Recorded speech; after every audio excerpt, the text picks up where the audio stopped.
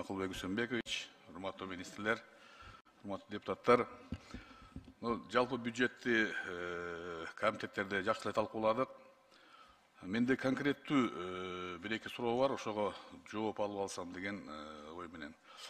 Мына врачтардын айлыгы боюнча да биз бүт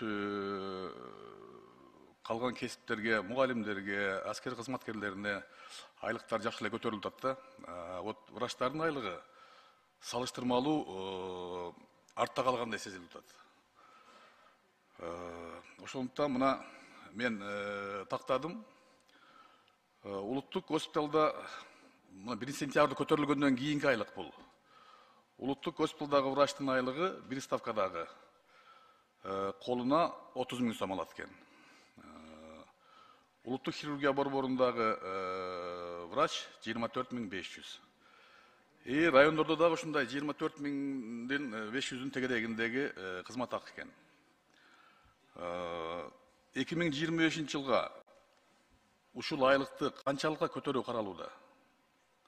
Кандайдыр бир ушул суммадан да көтөрүлүү болобу же жокпу?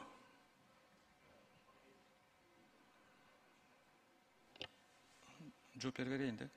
Рахмат. Жок, быйыл биз көтөрдүк, ошо сумма менен канча көтөрсө, эмки жылга да ушуну биз кетип атабыз. Эмки жылга көтөрүлбөйт айлык. Демек 25 жылга ушул ноябрь, октябрь айына алган айлыктары менен калат экен бардыгы, ошондойбу? Ооба.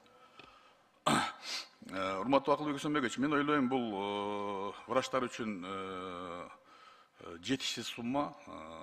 Эгерде бюджеттин чыгаша бөлүгүн караганда ушул маселеге көңүл буруп, эч болбосо врачтар бир 50 миңдей 45-50 миң айлык алып калса жакшы болмок да. Биринчиси, экинчиси мына бул тез жардамдагы врачтардын дагы айлыгы негизинен врачтарга жакшы эле көтөрүлүптүр. Маалыматты алдык. Бирок ошол жердеги кызматкерлер, мына бул тек персонал деп коебузбу, АУП деп коебу, ошолор каралбай калыптыр. Бул маселени дагы эске алып койсоңуздар, себеби бизде кайдан маселе чыгып атат? Жанагы биздин оорулардын арыздангандыгы, эмне себептен болуп аткандыгы, мына бул врачтарга акча берип атабыз деген бардыгы ошол врачтардын айлык маянасынын аздыгынан. Мен сунуштап элем ушул маселени бюджеттин 25 жылга дагы бир сыйра көңүл буруп карап, канчалык мүмкүнчүлүк ошончолук көтөрсөк. Себеби 24 500 сом колуна врач айлык алып атса, албетте оорулдун чөнтөгүн карайт. Мына врач мугалимдердин көтөрүп койдук эле көп маселе чечилди азыр. Отпуск алганда 100 миң алып атышат, айлыктары жакшы. Көп жерде Кыргызстанда көп эле кесиптердин айлыктары көтөрүлдү. Ушул врачтарга көңүл буруп койсок, рахмат. Жанагы доплаталарын айтып койбойсузбу, Алмаз Кушбакович? Урматтуу Улукбек Зулпукарович, биз сиздин ойлоруңуздун баарын колдойбуз. Азыр биринчи этапта бизге жетишпей аткан педиатрларды, акушерлерди, хирургдарды, дагы бир топ бизге керектүү профессиялардын баарын өзгөчө алыскы тоолуу региондордо ошолордун баарын жабайлы деп биз атайын доплаталарды киргиздик президенттин стипендиясы катары. Ошол аркылуу эгерде биз ошол эле жана ассистенттер окууну бүтүп баргандан кийин бир 700 миң сомдун тегерегинде алчу экен, азыр мына 20 миң сомго чейин көтөрдүк аларды. Ушул доплаталар менен канча алып атат, Алмаз Кушбакович? Алымкадыр Сабирзинович, айтып коюңузчу. Эгерде мүмкүнчүлүк болсо, биз көтөргөнгө даярбыз. Азыр биз ушуну бир карап көрөлү дедик элек, аны айтып берсеңиз.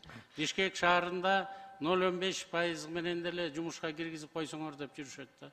Мен ошондон көрүп атам да, 0,15% менен, 0,15 ставка менен жумушка кирем деген киши ал зарплатаны карабай эле кирем деп атат да. Биз ошо райондорду дагы биринчи этапына бу Бишкекке да келебиз деп атабыз. Мурункуга караганда көтөрдүк. Азыр айтып берип койсоңуз. Урматтуу Акылбек Үсенбекович, урматтуу Данияр Ремекович, урматтуу депутаттар. 1 июльда билесиздер 5 специалистке 20 миң сомдон компенсация болгон. Бул педиатрлар, неонатологдор, акушер, анестезиолог, реаниматологдор и жалпы хирургтар. Алардын айлыгы азыр региондордо 60 миңден 110 миңге чейин. Ошол эле кезде Бишкек шаары менен Ош шаарындагы тест жардам да иштегендерге 20 миң компенсация берип, азыркы кезде 45 миңден 50 миңге чейин алып атышат. Мурдакы кезде ординаторлар, клинический ординаторлар 1200 сом алса, 1 июлдан баштап 20 миң сом стипендия алып атышат. Интерндер арчы эмес, алар дагы 20 миң сом айлык алып атышат. Ошондой эле депозит врачтарга, жаш врачтар 500гө көтөргөнбүз. Алардын айлыктары мурун кварталга 33.600 сомдон кошулса, азыркы кезде алардын кварталга 66 миң сомдон кошулуп атат. Бул деген эгер айлыктары 15 миң сом болуп атса, азыркы кезде 35 миң, кээ 45 миңге жетти. Бир эле ошол Ош шаары менен Бишкек шаарындагы мен айтып кеткен специалисттерге кошулган эмес, ошолордун айлыктары азыркы кезде мынакей мен айткан үй бүлөлүк дарыгерлер Ош жана Бишкек шаарында мурун 22 миң алып атса, азыркы кезде 34 миң алып атышат. Стационардык дарыгерлер мурун 16 миң сом алчы, азыркы кезде 25 миң сом алып атышат. Жаш дарыгерлер Бишкек шаары менен Ош шаарында мурун 11 миң сом ала турган болсо, азыркы кезде 17 миң сом алып атышат. Рахмат.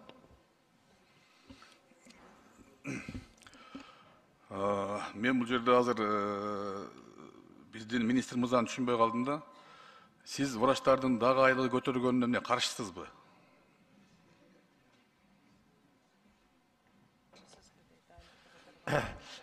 Мен өзүм 20-жылы министр болуп келгенде айткам, ар бир хирург минимум $1000 алыш керек. Азыркы региондорго ошолор жетти. Ош шаары, Бишкек шаары азырынча мен айтып кеткен эле акчада. Сиздер колдоп берсеңиздер, 1-2 жылдын ичинде $1000 жетсе, бул абдан жакшы болот. Анда тескерисинче сиз менин сунушумду колдошуңуз керек болчу. Азыр сиз жалпы маалымат берип эчтеке айтпай атпайсызбы? Көтөрүлгөндүгү бар. Бирок негизги врачтар андай айлык алып атпайбы? Биринчиси, экинчиси. Мына бир кырсык болуп, мен могул госпиталга барып калдым эле. Врачтар өздөрү чакырып мени көрсөтүштү кагазынчы.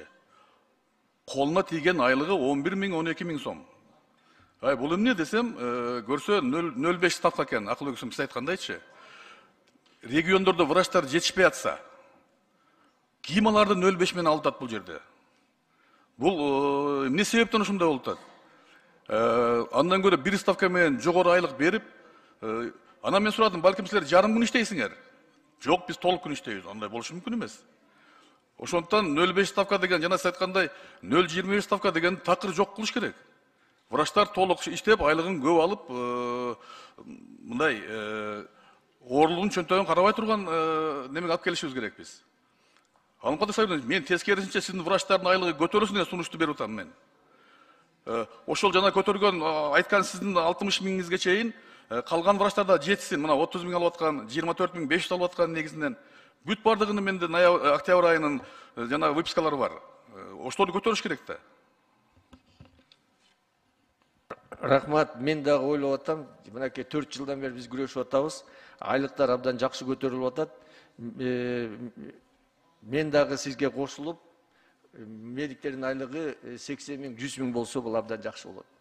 Экинчиден, Акылбек Сөмеков айтып кеткендей, Бишкек шаары менен Ош шаарында, чоң шаарларда врачтар тааныш аркылуу 0,25-0,5 ставкага кирип алышкан. Ошолорду биз дагы азыркы кезде сиз айткандай 1 ставкага отургузалы деп атабыз.